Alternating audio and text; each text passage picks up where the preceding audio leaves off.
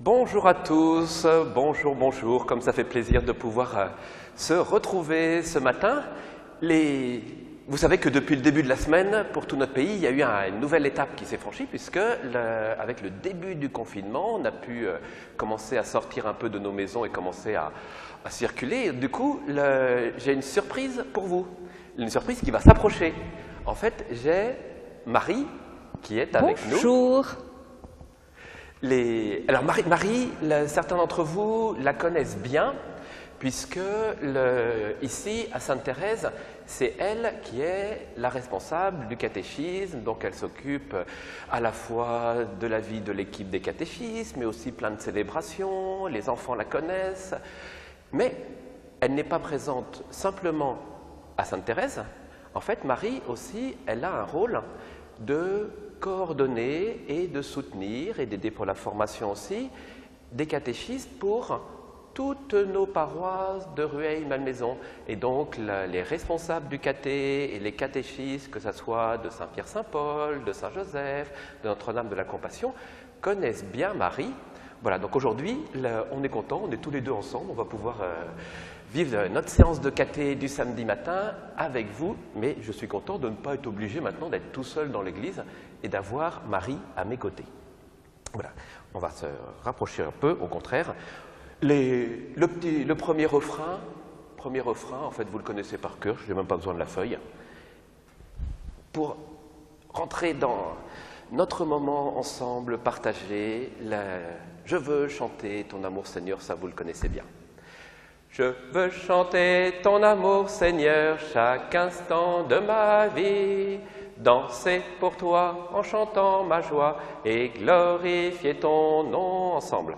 Je veux chanter ton amour Seigneur chaque instant de ma vie, danser pour toi en chantant ma joie et glorifier ton nom. Alors là, on a le week-end qui commence, mais dans la semaine qui s'ouvre, les enfants, dans cette semaine qui est devant nous, il va y avoir à nouveau une belle fête chrétienne. Ça sera jeudi et c'est la fête de l'Ascension.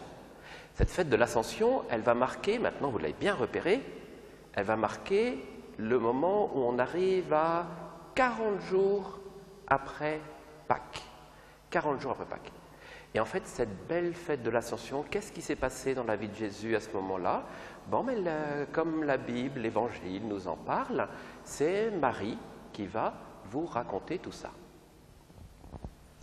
Alors, Saint Luc raconte dans son Évangile toute l'histoire de Jésus jusqu'à sa résurrection. Et vous pouvez prendre dans votre livre « Ta parole est un trésor », page 357, vous avez la fin de l'Évangile de Saint Luc, et c'est la période où Jésus est aux côtés de ses disciples. Puis, il commence les actes des apôtres en racontant comment Jésus est retourné vers son Père. Et ça, c'est le jour de l'Ascension. Ça démarre par ce jour-là. Donc, toujours dans ton livre, c'est page 404. Il y a l'Évangile de Jean qui est entre les deux. Et là, c'est la naissance de l'Église. Nous sommes à un moment charnière. Est-ce que vous vous souvenez, donc après être ressuscité, pendant 40 jours, Jésus va apparaître à ses disciples.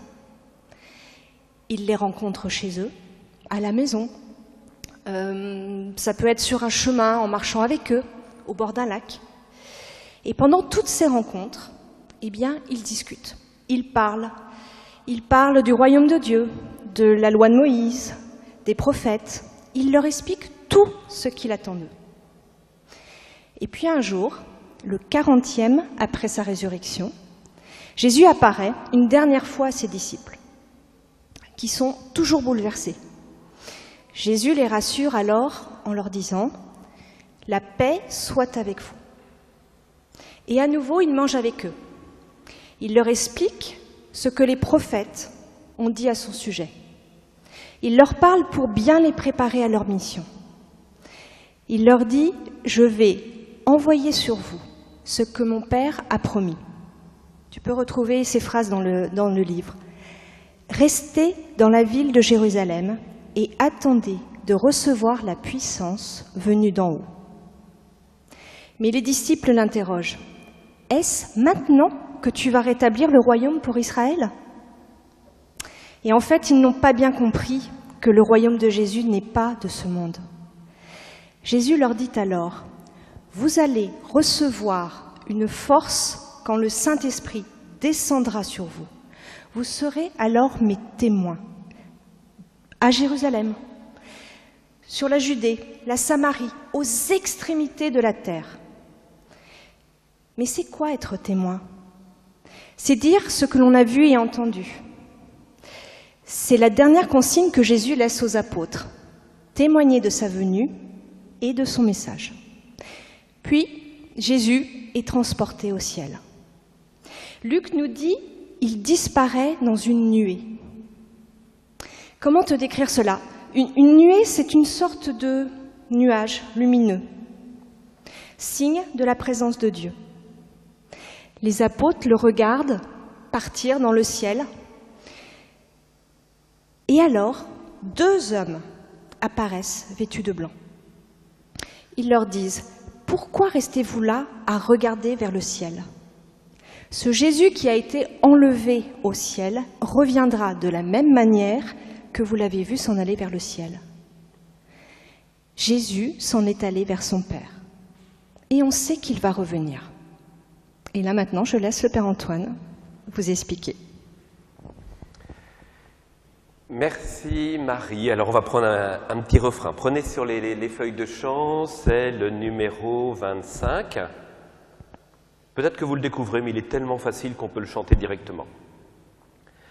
Tu nous as sauvés, alléluia, nous as libérés, alléluia.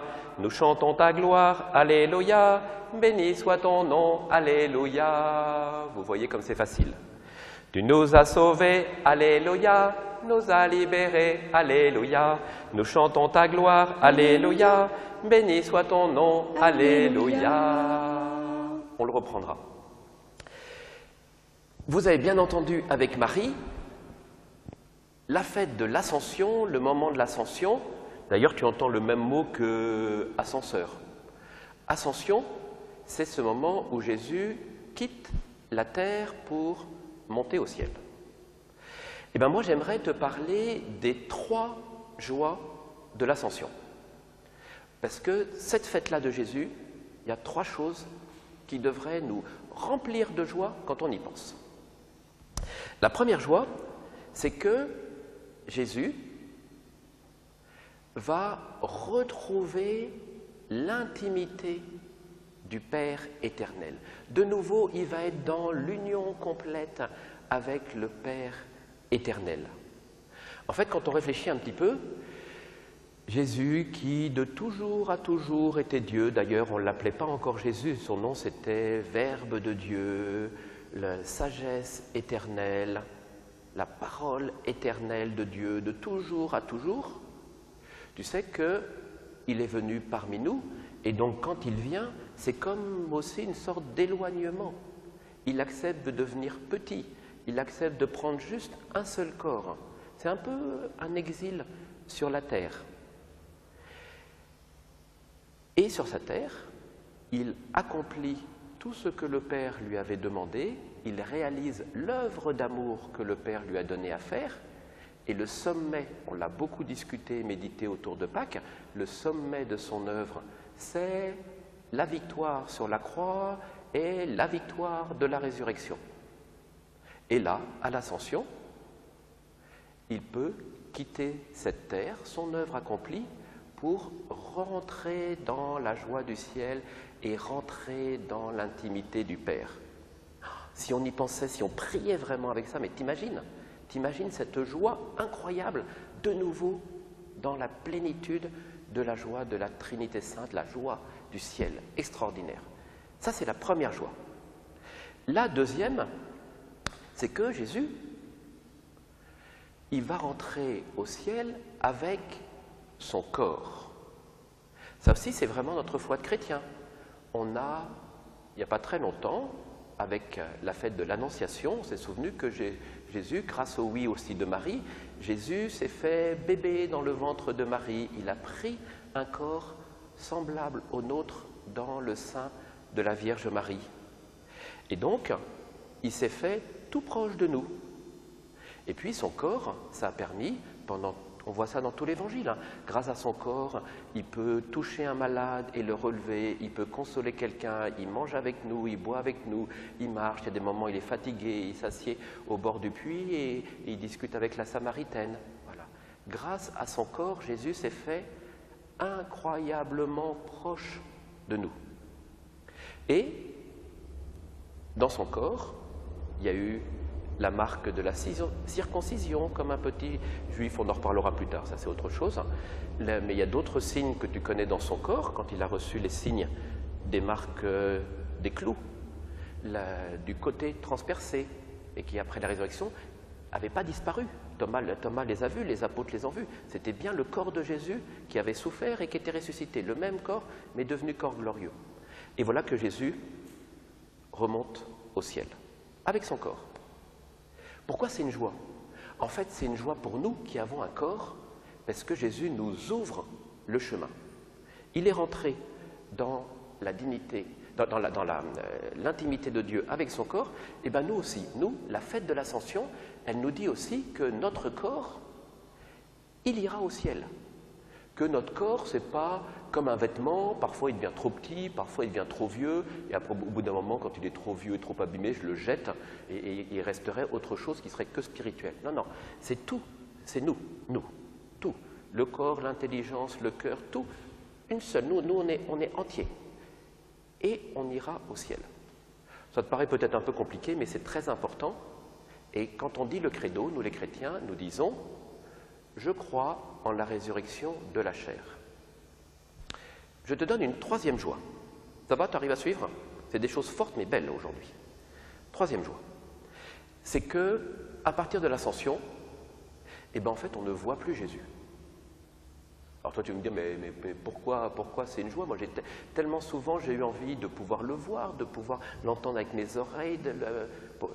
Et d'ailleurs, Jésus a dit à ses disciples, juste avant la Passion, le jeudi saint, pendant la scène, à un moment donné, il leur dit, c'est votre intérêt que je parte. C'est votre intérêt que je parte. Alors nous, on est tous surpris, les apôtres, ils ont été tous surpris, et nous, on est tous surpris. Mais attends, tu vas repartir au ciel, et nous, c'est notre intérêt? Ben en fait, oui. Avant Jésus, c'était compliqué de se dire comment je vais trouver Dieu. Dieu était très loin. Les Juifs, ils connaissaient la parole de Dieu. Ça, c'était déjà un trésor. Mais quand même, ce n'était pas facile. Jésus parmi nous, Jésus incarné, c'est Jésus qui se fait proche de nous. Mais il est proche de nous avec les quelques personnes qui étaient là. Il était proche des apôtres, des gens de son village avant. Mais il était à un endroit et il était avec quelques personnes. Et après l'ascension, Jésus au ciel, il est proche, lui le ressuscité, il est proche de tous les hommes, dans tous les lieux, de tous les temps, partout. Et c'est pour ça que depuis quelques semaines, nous pouvons dire, dans le temps de Pâques, Jésus ressuscité est tout proche de nous. On le dit tout le temps dans la vie chrétienne, on a regardé ça. Jésus est proche de nous, lui le ressuscité, après l'ascension, il n'est pas juste avec quelques apôtres, il est proche de tous. Voilà. Et il est proche par la foi. Donc oui, toi et moi, nous ne voyons pas Jésus, et pourtant, nous savons qu'il est présent dans notre vie. Toi et moi, nous ne pouvons pas le toucher, mais nous savons qu'il est tout proche de lui, et lui nous touche par les sacrements. Voilà. Et tu comprends que ça, c'est une joie. Jésus proche, pas pour quelques-uns. Jésus proche, partout, partout, partout, tout le temps. Voilà, tu comprends maintenant les trois joies de l'Ascension. Jésus qui rentre dans l'intimité du Père, Jésus qui rentre avec son corps et qui ouvre le chemin pour notre corps qui ira en Dieu, et Jésus qui maintenant, par la foi, peut être proche de tous les hommes, partout. C'est une très belle fête que l'Ascension, et c'est une grande étape pour notre foi. Allez, on va reprendre notre chant. Pardon, c'est pas celui-là. Le 25. Vous voyez, il y en a qui sont tellement dans le cœur. Tu nous as sauvés, alléluia, nous as libérés, alléluia, nous chantons ta gloire, alléluia, béni soit ton nom, alléluia, on reprend. Tu nous as sauvés, alléluia, nous as libérés, alléluia, nous chantons ta gloire, alléluia, béni soit ton nom, alléluia. Voilà, mais de nouveau c'est Marie, parce que vous aviez un petit jeu, là, je crois que Marie va regarder avec vous un petit jeu. Alors, je vais poser un peu. Tu te souviens, on avait proposé avec la newsletter ce petit jeu sur les vertus, les 4 vertus naturelles. Alors, je vais vous demander, les enfants, de me donner pour la première, donc la prudence, quelles sont vos réponses? Donc vous pouvez les donner simplement sous forme de code de lettres, en me donnant le numéro des situations qui correspondraient à cette vertu, la prudence. Et notre équipe va nous aider. Alors, est-ce que vous arrivez à répondre ?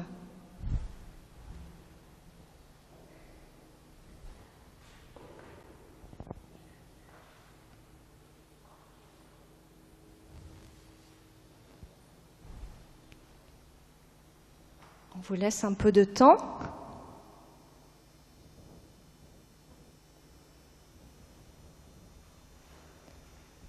Est-ce que vous avez réussi à trouver les situations qui correspondaient à la prudence? Allez, je vous aide, il y en avait 3. Alors, je vois qu'Alix, Cécile et Adèle ont trouvé la réponse. Donc, c'était « je me couche à l'heure le soir, je mets mon casque quand je fais du vélo et je prends le temps de réfléchir avant de faire quelque chose ». La suivante, c'était pour la justice. Est-ce que vous pouvez me donner les réponses? Il y en a 3 à nouveau qui correspondent à cette vertu.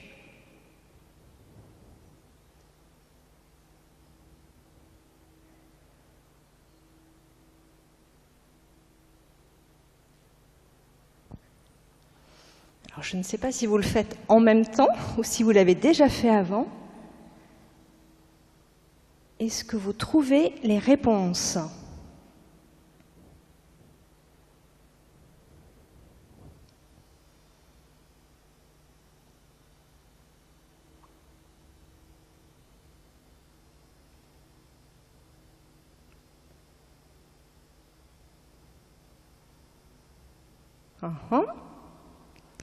Je n'ai pas de prénoms qui apparaissent. Alors, je vais vous les donner. Alors, si, il y a toujours Adèle. Merci Adèle de répondre. Alors, je ne me compare pas avec mon frère ou ma sœur, je rends grâce à Dieu pour ma journée et je fais le service qui m'est demandé. La suivante, c'est la tempérance. Est-ce que vous avez trouvé les réponses à cette vertu? À nouveau, il y en a 3.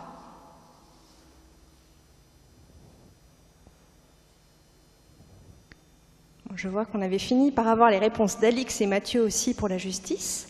Maintenant, on est sur la tempérance. C'est peut-être un petit mot un peu plus compliqué pour vous. Mais avec les situations qu'on vous a données, ça devait être plus clair.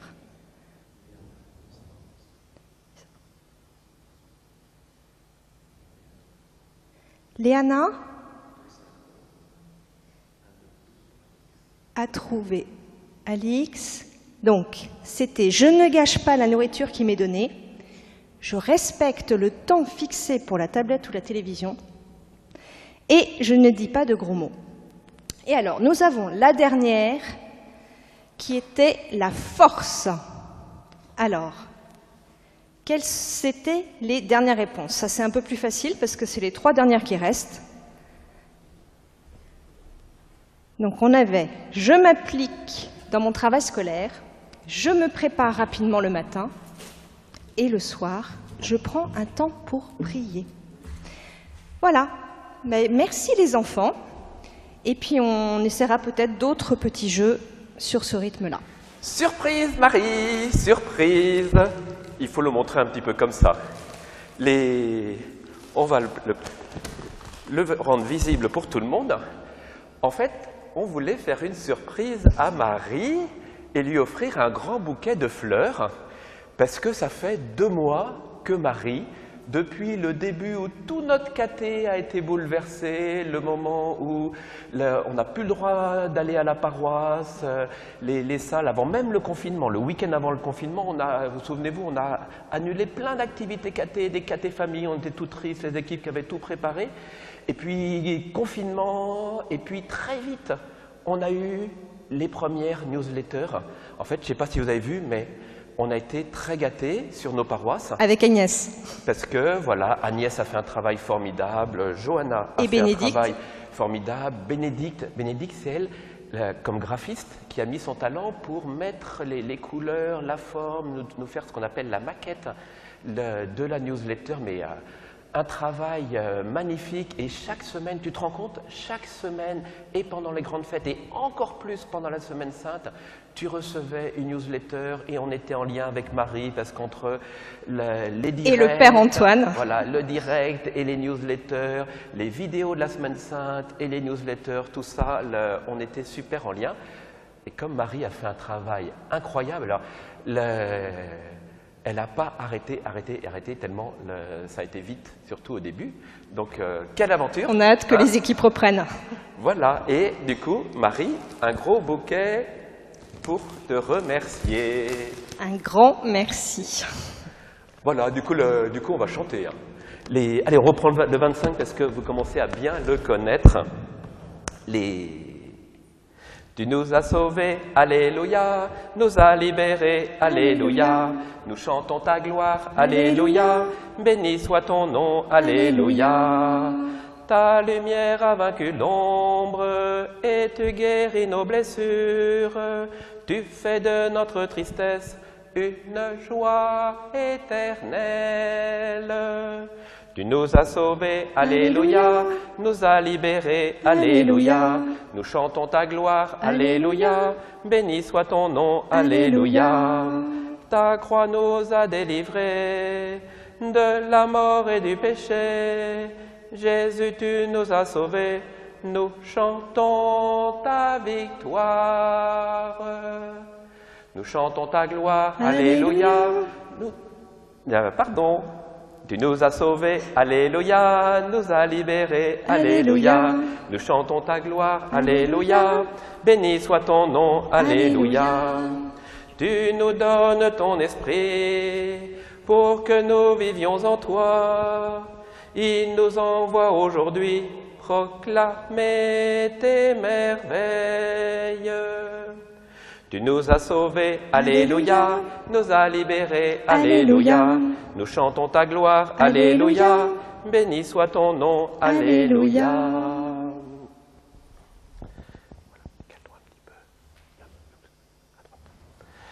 Voilà, on aime bien venir ici. Vous voyez que depuis tout le temps de Pâques, c'est le tombeau vide, c'est les anges qui nous annoncent la résurrection, c'est la lumière de Pâques, le grand cierge pascal, Jésus ressuscité.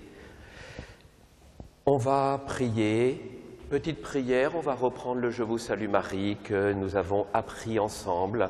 Vous pourrez, si vous ne l'avez pas encore appris, le retrouver dans la vidéo d'il y a 15 jours. Mais voilà, on va finir notre temps de rencontre en tournant nos cœurs vers le Seigneur. Au nom du Père, du Fils et du Saint-Esprit. Amen. Amen. Voilà, Seigneur, c'est toujours une joie de pouvoir nous tourner vers toi. Toi, tu es la source de tout amour, de toute paix, de tout réconfort. Et dès que nous venons te prier, tu es là et nous sommes là. Et nous sommes unis à toi dans l'amour.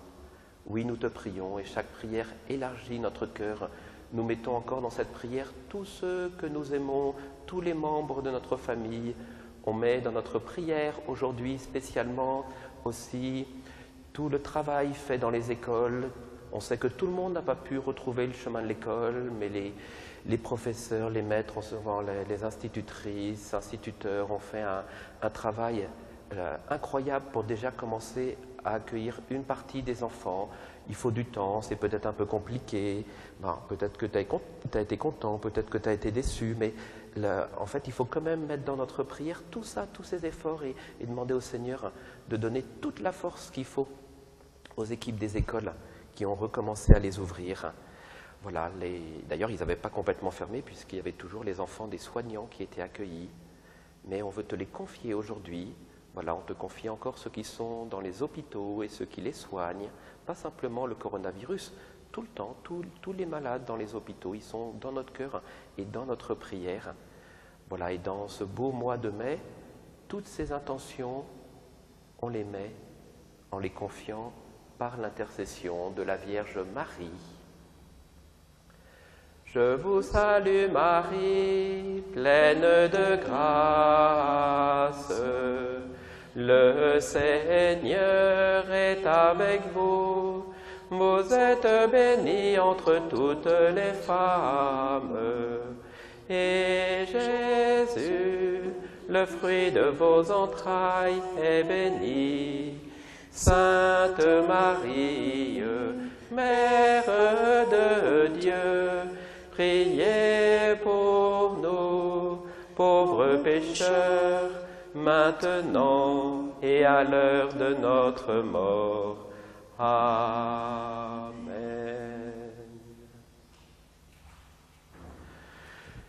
Le Seigneur soit avec vous. Et avec votre esprit. Et que Dieu vous bénisse. Au nom du Père, du Fils et du Saint-Esprit. Amen.